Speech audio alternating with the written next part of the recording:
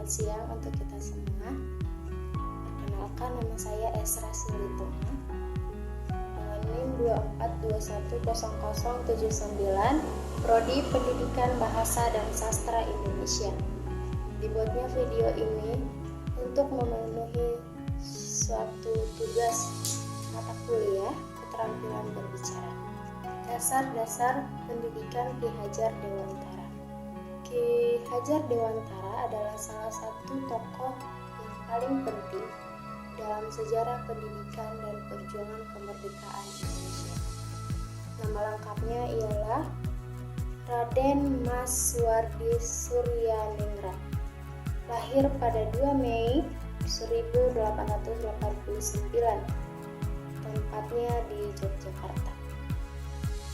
Pendidikan Ki Hajar Dewantara ini belajar di Belanda, namun lebih dikenal sebagai pendidik yang aktivis, berkontribusi nasionalisme. Ki Hajar Dewantara ini juga aktif dalam gerakan nasionalisme dan memperjuangkan hak pendidikan.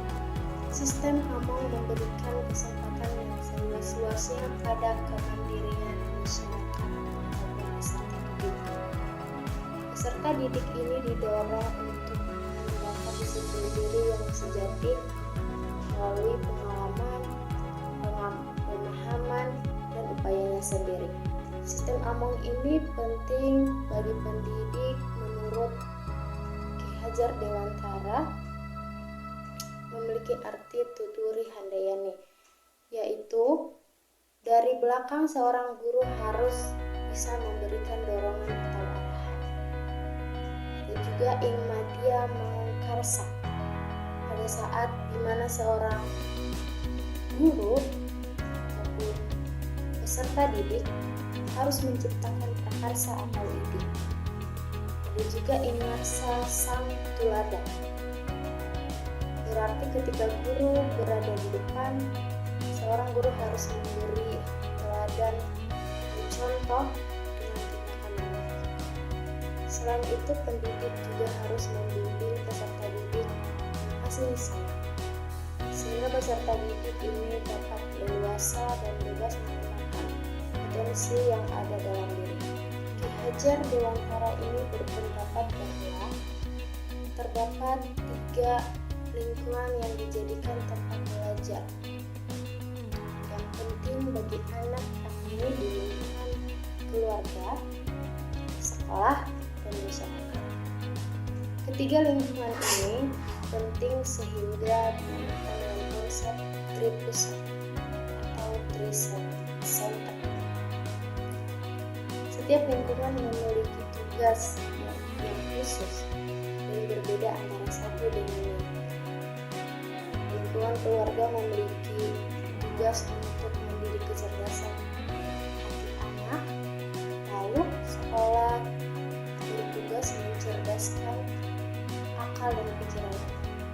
Sedangkan lingkungan masyarakat merupakan tempat praktek untuk menguji kemampuan yang dimilikinya di tengah masyarakat.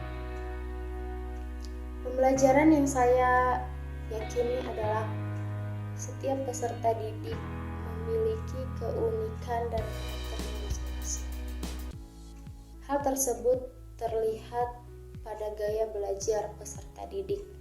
Pembelajarannya berfokus pada kebutuhan individu anak seperti gaya belajar di mana terdapat kombinasi antara cara seorang dalam menyerap pengetahuan dan cara mengatur serta mengolah informasi atau pemahaman yang didapatkan.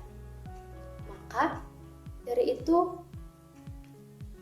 guru harus memberikan pelajaran yang tepat dengan cara yang kreatif dan inovatif sehingga peserta didik tidak cepat merasa bosan dan sesuai dengan gaya belajar mereka masing-masing.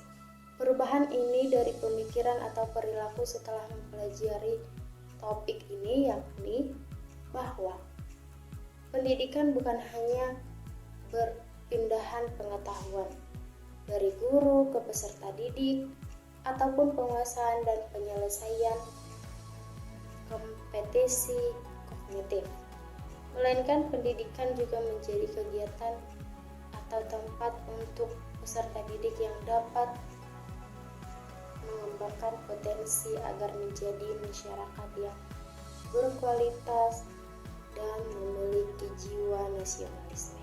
Selain itu, ada juga penerapan budi masing-masing, dan selaku pendidik hanya perlu menuntun atau memberi arahan untuk peserta didik dapat mengolah potensinya dengan secara relevan dengan pembelajaran yang mendapatkan hasil yang positif.